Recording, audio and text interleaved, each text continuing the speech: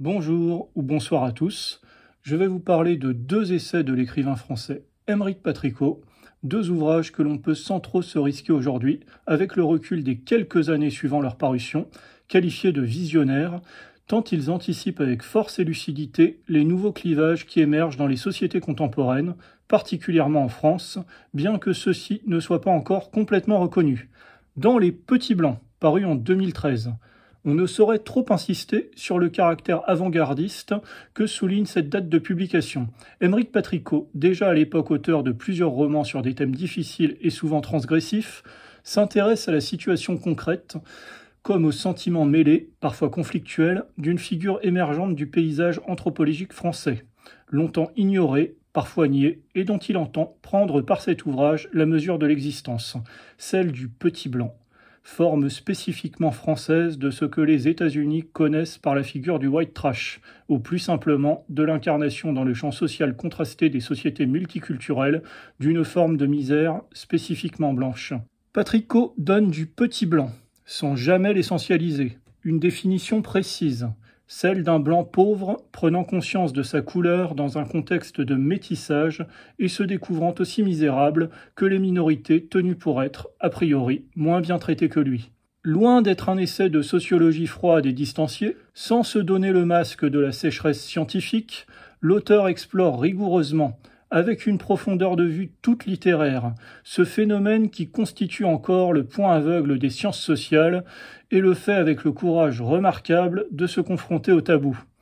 À travers les témoignages croisés de plusieurs types de petits blancs, hommes et femmes, blancs de gauche, blancs de droite, blancs indifférents à son propre sort, blancs cabossés de la classe ouvrière, petits bourgeois blancs de province civilisés au vernis culturel fragile, blanches célibataires attirées par les Noirs et les Arabes, blancs épuisés du sous-prolétariat, blancs précaires inquiets pour l'avenir de son pays, angoissés à l'idée d'être un jour mis en minorité, blancs résignés ou encore blancs en colère, l'auteur rend compte du phénomène dans toute sa diversité et sa complexité, tout en alternant avec des pages d'analyse, mêlant subtilement empathie et cérébralité. Cette construction originale confère à l'ouvrage une grande singularité et s'inspire, selon les mots de l'auteur, d'une certaine tradition française du petit livre d'opinion mêlé de témoignages et de réflexions tels que Sartre, Gide et Césaire l'ont pratiqué, pour rendre compte de façon multidimensionnelle, comme seul le permet la littérature, des affects troubles et des désirs contrariés de ce qui apparaît, au fil des pages, comme l'embryon d'une communauté en devenir. C'est aussi à travers cette galerie de portraits que se dessine la géographie d'une France rurale longtemps passée sous silence par la classe politique et la sociologie officielle. Une France marquée par le chômage, la désindustrialisation, la désertification et la relégation territoriale. Il apparaît nettement que lorsque les structures du travail se sont effondrées, les différences culturelles rejaillissent de manière plus crue, dans un paysage comme dénudé, dégagé des problématiques économiques structurantes. Si le rejet de l'immigration est bien présent au cœur de certains témoignages, il répond à une réalité plus secrète, plus intime et douloureuse, le sentiment présent chez presque tous les personnages d'être les objets d'une nouvelle forme de racisme, spécifique aux sociétés libérales et post-raciales de la mondialisation et de l'urbanisation. Le racisme anti-blanc. En effet, dans la nouvelle donne du métissage, et dans un contexte où la discrimination de race semblait avoir été globalement enterrée, on peut avoir le sentiment, selon les mots de l'auteur, que le dépassement de la ségrégation se fait ici au prix d'un nouveau type de mépris, d'apparence plus douce, mais au fondement tout aussi radical. Il s'agit de l'entrelacement dans l'inconscient, voire dans le discours des classes favorisées en milieu urbain, de deux types de violences symboliques. Un mépris social et un autre, plus indicible, plus inavouable, portant sur un critère indubitablement ethnique, et s'exerçant parfois ouvertement à l'endroit de ces blancs de province, perçus comme une arrière-garde et frappés d'indignité. Il s'identifie dans certaines expressions passées dans le langage courant des centres-villes, notamment à Paris et dans les milieux dits éduqués, pour désigner les populations blanches de la France périphérique, les rougeaux, les consanguins et autres préjugés sordides renvoyant à l'idée de la France-rance ou de la France moisie, brocardée par Philippe Solers, par opposition avec la Nouvelle-France, la France métissée, celle des grands centres urbains captant les flux financiers des échanges planétaires. Cette forme réinventée et tolérée de racisme s'exprime notamment par des préjugés sur le niveau culturel supposé inférieur des campagnes et dans la stigmatisation des blancs du prolétariat rural par les clichés de l'obésité, des sans-dents, de l'alcoolisme et d'autres expressions brutales mettant à nu les stigmates physiques et mentaux de la pauvreté, celle des gueules cassées de la misère, que l'auteur ose affronter du regard, sans fausse pudeur et avec humanité. Depuis un point de vue critique du narcissisme des petites différences portées par les mouvements de défense des minorités ayant émergé dès les années 80, Aymeric Patricot parvient aussi à dépasser le point de vue strictement républicain et universaliste majoritaire, aveugle au particularisme, interdisant de voir émerger en France une communauté pourtant bien réelle. Il parvient ainsi à dégager un espace d'analyse inédit, à une distance raisonnable des postures identitaires inauthentiques, comme de tous les artifices rhétoriques qui tendraient à masquer l'existence de ces petits blancs que personne ne veut voir tels qu'ils sont. Dans un contexte où chacun se sent appartenir à une race, l'arrogance du blanc universaliste, qui se croit bon et généreux de nier la sienne propre, s'adjugeant ainsi une forme de prééminence sur les autres, apparaît comme un moyen hypocrite d'esquiver une problématique gênante.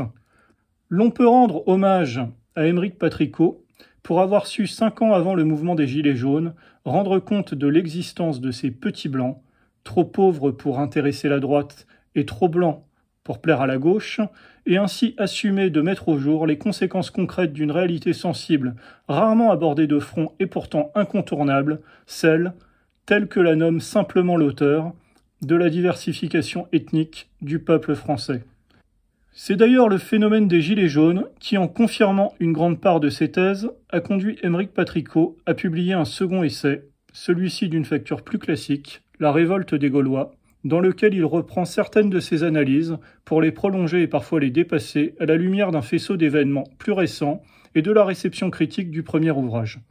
À travers ce mouvement social d'une dimension et d'une nature inédite, l'auteur voit apparaître sur les ronds-points et dans les cortèges ayant fait irruption dans la capitale un nouveau personnage ayant jusqu'ici échappé au radar de la sociologie, le Gaulois, dont il donne une définition précise et criante de vérité. Il s'agira non pas simplement des blancs pauvres, mais des blancs modestes de province, tous ces blancs qui, consciemment ou non, se dressent contre un pouvoir central au nom d'une dignité bafouée, d'un attachement à un territoire et d'un certain nombre de valeurs qui, bon an mal an, définissent quelque chose comme une culture. Il explore la généalogie des soulèvements de 2018, qu'il analyse comme une forme de whitelash à la française, et en extirpe les causes, complexes et multifactorielles. Parmi celles-ci, l'augmentation du prix de l'essence et la limitation de vitesse à 80 km/h décidée par un gouvernement ne pouvant pas en ignorer les conséquences dramatiques sur des populations pour lesquelles l'usage de la voiture est une nécessité vitale. En amont, la violence du mépris de classe des libéraux mondialistes comme de la gauche. On assiste depuis 30 ou 40 ans maintenant, écrit Aymeric Patricot, à une véritable inversion dans le champ politique. Ceux qui expriment avec le plus de dureté ce mépris de classe appartiennent souvent à celui des deux camps qui se prétend porteur des aspirations des plus modestes, à savoir la gauche. Aussi, il y a eu l'identification des Blancs du prolétariat à Marine Le Pen lors du débat considéré comme calamiteux en 2017 face à Emmanuel Macron, et l'humiliation ressentie en conséquence par ses électeurs. Plus encore, de manière indicible, la stigmatisation ressentie par le français qui n'a pas d'autres origines que françaises, et sa transition, dans l'esprit des élites, de français incomplet à français coupable. Enfin, la souffrance muette, quasi inavouable, qui en découle. L'auteur met des mots très précis sur l'évolution de l'attitude de la gauche vis-à-vis de l'ouvrier blanc, comme sur le racisme de classe des Parisiens métissés envers les Blancs de province, qu'ils accusent justement de racisme, s'attachant, selon le principe bourdieusien de distinction, à ne rien avoir à faire avec ces Gaulois. Pour ces catégories, dit Patricot, d'une certaine manière, les critères pour juger de la bonne race se sont mélangés. La bonne race n'est plus la race pure, elle est la race mélangée. On voit donc se dessiner chez les élites, de manière parfois explicite et assumée, une tentation sécessionniste, et même un fantasme en vogue, de plus en plus répandu, de faire disparaître les Blancs. La violence de la répression gouvernementale et des discours des éditorialistes dirigés contre les émotions populaires de ces Gaulois en furent l'illustration la plus criante.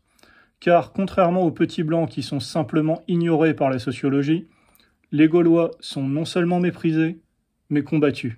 Il est également question, autre sujet délicat et brûlant mais traité avec une très grande finesse, de la récupération-infiltration de la révolte des Gilets jaunes par les banlieues, symbole d'une voix des Blancs de province qui ne peut jamais vraiment se faire entendre pour elle-même. L'auteur dresse d'ailleurs, dans un passage mémorable, un parallèle intéressant entre les deux figures les plus inquiétantes pour la bourgeoisie urbaine française, le petit Gaulois réfractaire du prolétariat périphérique et le petit délinquant ethnique plus ou moins réislamisé, soulignant leur point de convergence tout en reconnaissant l'impossibilité de leur alliance sur le long terme.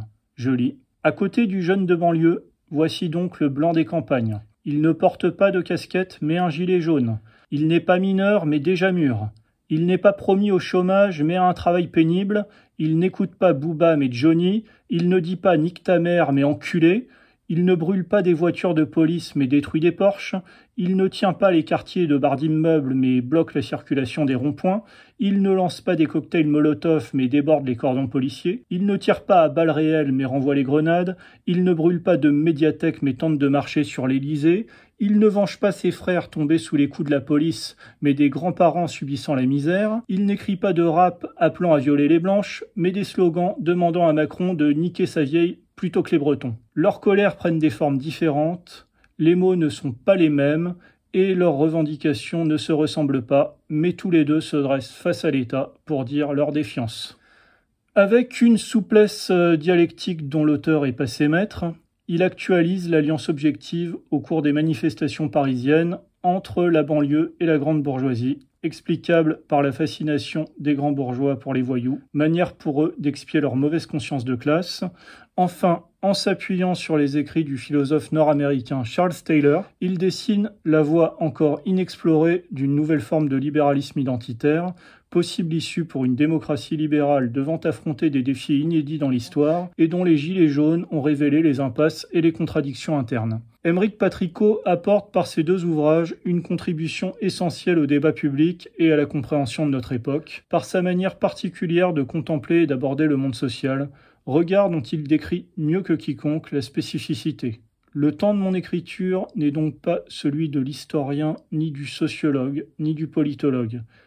Il a sa respiration propre, celle de l'écrivain, d'apparence plus modeste, parce qu'elle paraît plus personnelle et qu'elle ne s'appuie pas sur des tableaux statistiques, des analyses de scrutin, des considérations sur le temps long, des portraits circonstanciés de carrière politique. Mais elle n'est pas moins légitime parce que, moins surplombante, elle est plus incarnée, plus urgente, elle saisit quelque chose de l'esprit de l'époque.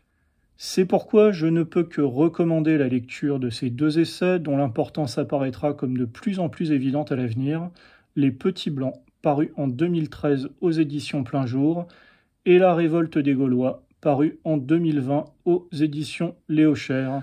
Voilà, je vous remercie de m'avoir écouté. Si cet audio vous a plu, n'hésitez pas à me laisser un pouce bleu, un commentaire et à vous abonner à ma chaîne pour aider au référencement. Si vous voulez soutenir mon travail, n'hésitez pas à vous rendre dans ma boutique sur www.nicolaslebeau.com ou à acquérir mon roman Une jeunesse d'Europe, disponible sur Amazon et sur le site des éditions de la Reine Rouge.